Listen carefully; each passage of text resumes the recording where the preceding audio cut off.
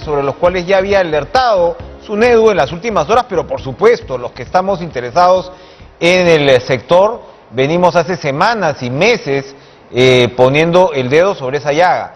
Número uno, el famoso proyecto de ley para darles, entre comillas, una segunda oportunidad a las universidades que no fueron licenciadas. Cuando la segunda oportunidad ya está, tienen que sencillamente volver a pasar por el aro, sí, con condiciones pues un poco más altas, como corresponde si queremos darle una buena educación a nuestros hijos y a nuestras hijas, pero no, hay que darles una segunda oportunidad según este proyecto de ley. Y el segundo, preocupante, sumamente preocupante, porque yo diría que es casi una herida de muerte contra la SUNEDU, es la composición del Consejo Directivo. A ver, voy a tomarme un segundo para recordarles lo que es. El Consejo Directivo, el presidente del Consejo Directivo lo elige el Ministerio de Educación. Y tienes los integrantes que entran por concurso público, por mérito, es decir, son especialistas, todos ahora mismo son con doctorado, etcétera, pero no representan pues a las universidades. ¿Por qué? Porque las universidades son los organismos regulados por SUNEDU. Entonces lo que quieren hacer es regresar en esencia a la situación anterior, es decir, darle 4 asientos en el Consejo Directivo, con lo cual tienen mayoría a las universidades, 2 públicas, 2 privadas, ya representantes de frente. Y bueno, se mantiene pues el de CONCITEC y estamos, y de hecho el consejo, el nuevo consejo, de allí saldría el presidente ejecutivo de SUNEDU, según la última versión que yo había visto. Sumamente preocupante. Ustedes disculparán, digamos, que marque posición ahí, pero creo que no queda de otra. Y vamos a conversar sobre este tema con Martín Benavides, que ha sido ministro de Educación, pero además jefe de SUNEDU, ha estado al frente de SUNEDU y sabe perfectamente de lo que estamos hablando. ¿Cómo está usted, Martín? Gracias por estar con nosotros. Buenas noches, gracias por la invitación. No sé si me equivoco, si exagero un poco en mi apreciación. No, de ninguna manera, lo has resumido muy bien. Estamos en un momento muy crítico para la SUNEDU y para la reforma universitaria. Son años de trabajo con una meta principal, ¿no? Era devolverle la calidad al sistema universitario peruano. Ese siempre ha sido el objetivo de la reforma universitaria. Y eso parte de una sentencia del Tribunal Constitucional. Además está constitucionalmente avalada la reforma universitaria, que dijo que el año 2008, 2009, 2010... teníamos un estado de cosas inconstitucional porque no se garantizaba la calidad en el servicio universitario. Y la responsabilidad de no haberse garantizado la calidad estaba en el regulador que se tenía en ese momento, que era la Asamblea Nacional de Sectores.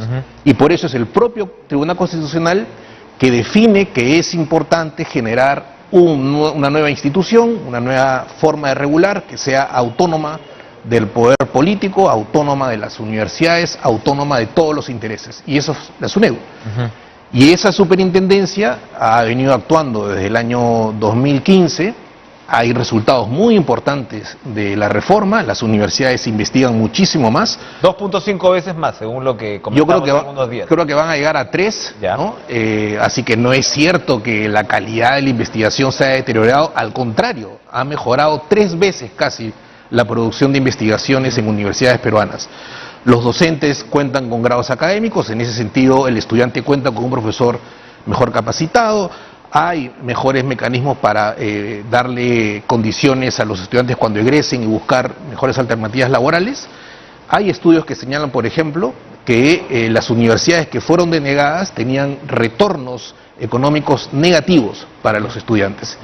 La SUNEDU lo que ha hecho... O sea, tú botabas tu plata, básicamente lo que decías era botar tu plata. Exactamente. No ibas a conseguir un buen trabajo de ninguna manera y probablemente terminabas haciendo taxi o cualquier otra cosa. Probablemente, y en resumen, se vulneraba el derecho a tener una educación universitaria de calidad que les permita tener un mejor futuro. Todo el centro de la reforma ha sido buscar dar a los estudiantes peruanos una mejor educación para que tengan mejores oportunidades en el futuro, al país darle universidades que investiguen más y en ese sentido poder contar, digamos, con más universidades que estén además involucrándose en los rankings internacionales, cosa que también ha venido pasando, ¿no? Entonces, contra todo eso, es esta... Ahora, esto es en el caso del Consejo Directivo, es un retorno a la situación anterior, básicamente, ¿no? Es un retorno maquillado, ¿no? Pero es... O sea, se sigue llamando a SUNEDU, pero ¿cómo así que el regulado va a tener mayoría en el asiento de los reguladores? Así es. ¿No? y con ideas que se deberían haber discutido al menos, ¿no? No puede ser que una decisión tan importante, tan trascendente para los jóvenes, se tome un espacio congresal, ¿no? Invitando a rectores de universidades denegadas o a una rectora de una muy importante universidad pública como San Marcos, y sobre la base de eso se tomen decisiones. ¿Por qué no convocaron a los investigadores peruanos, a las investigadoras peruanos, a los jóvenes profesionales que están pudiendo entrar cada vez más a las universidades públicas porque hay meritocracia, a diferencia de lo que ocurría antes, porque no hubo una discusión pública? Por cierto, regresiva la posición de la rectora de San Marcos, ¿no? Mira, cuando empezó todo este proyecto de ley universitaria... Que no es la única, por cierto, no es la única. Y de SUNEDU, acuérdate que uno de los principales, digamos, detractores de la reforma universitaria en su momento fue el rector de San Marcos, Cotillo, ¿no? Él llegó a decir, a mí me sacan con tanques, ¿no? Exacto. Entonces, es normal, ¿no? Las autoridades de las La universidades... resistencia al cambio es muy grande. Y bueno, son autoridades, ¿no? Universitarias, tienen, digamos, en ese sentido, posiciones, ideas, pero no son las ideas de la comunidad universitaria en su conjunto, ¿no?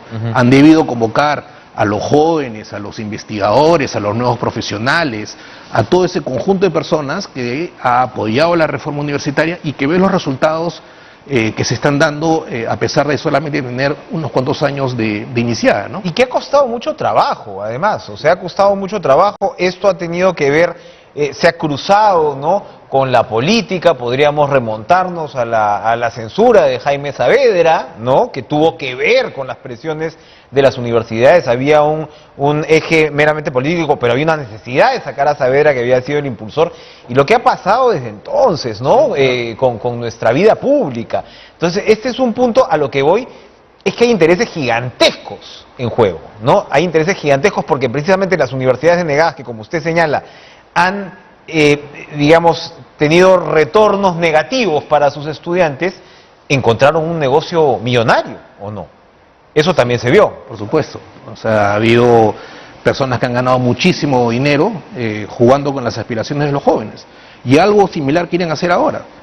Decir que este proyecto de esta supuesta segunda oportunidad, que además es un calificativo que no corresponde, porque estas universidades han tenido 4 años de oportunidad para adecuarse, y además, como tú bien señalaste, hay una normativa que dice que si quieren regresar, primero, garanticen que han cumplido con los estudiantes en el plan de cese, los estudiantes de las universidades denegadas, y luego vuelvan a presentar, pero con un modelo distinto al que se diseñó en el año 2015. Todo eso está regulado. Entonces, eso de la segunda oportunidad en realidad es una mala definición de algo diferente. Y usar a los jóvenes para decir que SUNEDU ha dejado en la calle a 200.000 estudiantes, también es volver a jugar con las aspiraciones de los jóvenes. De esos jóvenes, 250.000 que estudiaban en las universidades denegadas, 70% tienen ya una ruta de continuidad. Más o menos un 30% de ellos continúan en las universidades porque SUNEDU en su regulación cuidó que la decisión no sea inmediata y que puedan terminar estos jóvenes. Casi un 15% ya han terminado en las universidades denegadas.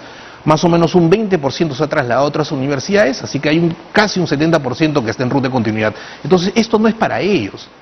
Eso es falso, eso es una mentira. Es mentira. Es una mentira. Y hay que decirlo claramente. Nuevamente, están jugando con las aspiraciones de los jóvenes, están usando los mismos términos que se usaba el año 2015, 2014, la famosa autonomía vulnerada, para volver a tener sus intereses. A ver, vamos a ver, es un tuit del periodista Martín Hidalgo, que tiene la composición de la votación, a ver si lo tenemos en la producción, para recordar cuáles son los partidos que han votado. ¿Lo tenemos el tuit? ¿Lo tenemos? Ahí está. A ver, Renovación Popular, a favor. Mire usted, Perú Libre, la educación iba a ser un derecho. A favor, Waldemar Cerrón, Edgar Tello, Alex Paredes, Paul Ticona.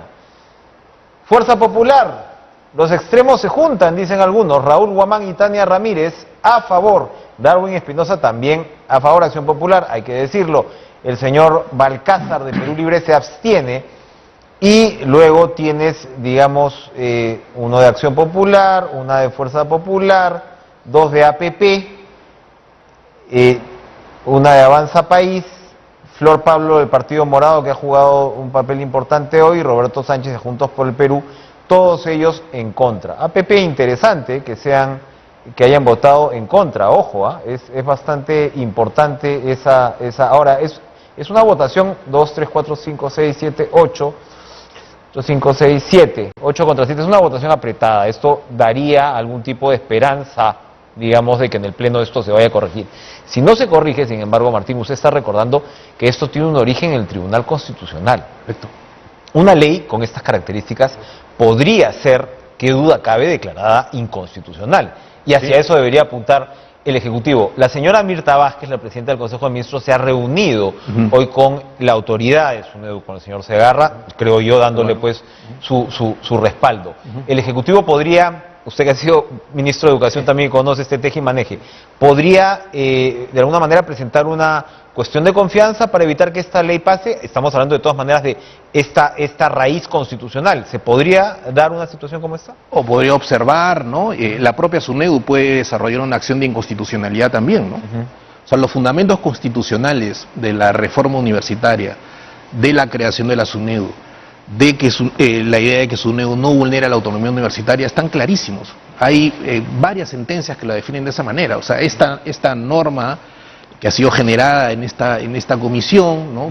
con estos actores, en realidad está teniendo varios problemas con la Constitución, ¿no? Y en ese sentido, si se trata de proteger un derecho, como un derecho a la educación universitaria de calidad, se tiene que recurrir a los mecanismos constitucionales que exigen, ¿no? Ahora, la típica en el Perú, ¿no? Usted decía, bueno, se usan argumentos falsos, ¿no? Para ir socavando de repente la legitimidad de SUNEDU, pero también lo que se usa en el Perú es típico, ¿no? Bueno, sí, pero nadie es perfecto, hay cambios que hacer, y claro, y en esa discusión te meten la combi, ¿no? Entonces, bueno, tumbémonos el tema. ¿Hay cambios que sí habría que hacer en SUNEDU? ¿Hay cambios que requeriría? Sin duda, o sea, ¿Por dónde irían estos? En continuar la mejora del sistema universitario. Hay que recordar que las decisiones de SUNEDU han tenido que ver con una primera etapa de la reforma, que son las condiciones básicas de calidad. Pero hay que buscar orientar a todo el sistema hacia más que las condiciones básicas de calidad, ¿no? Y es lo que no le gusta también a muchas universidades, es decir, tener un regulador que vaya a ir ajustando esas condiciones de aquí en adelante, aún tengan las condiciones mínimas para su porque la idea es la mejora continua, ¿no? Falta una adecuada articulación con la acreditación también. Ahí, sin duda, SUNEDU y CINEACE tienen que ponerse de acuerdo en una política de aseguramiento coordinada. Hay que seguir impulsando la transformación de las universidades públicas, porque eso también ha sido un eje importante de la reforma, ¿no? El fortalecimiento de las universidades públicas, la ampliación de las vacantes en las universidades públicas. Es importantísimo, ¿no? Fundamental, es uno de los mejores mecanismos de igualar oportunidades en el país, y eso es lo que estamos tumbando con esto.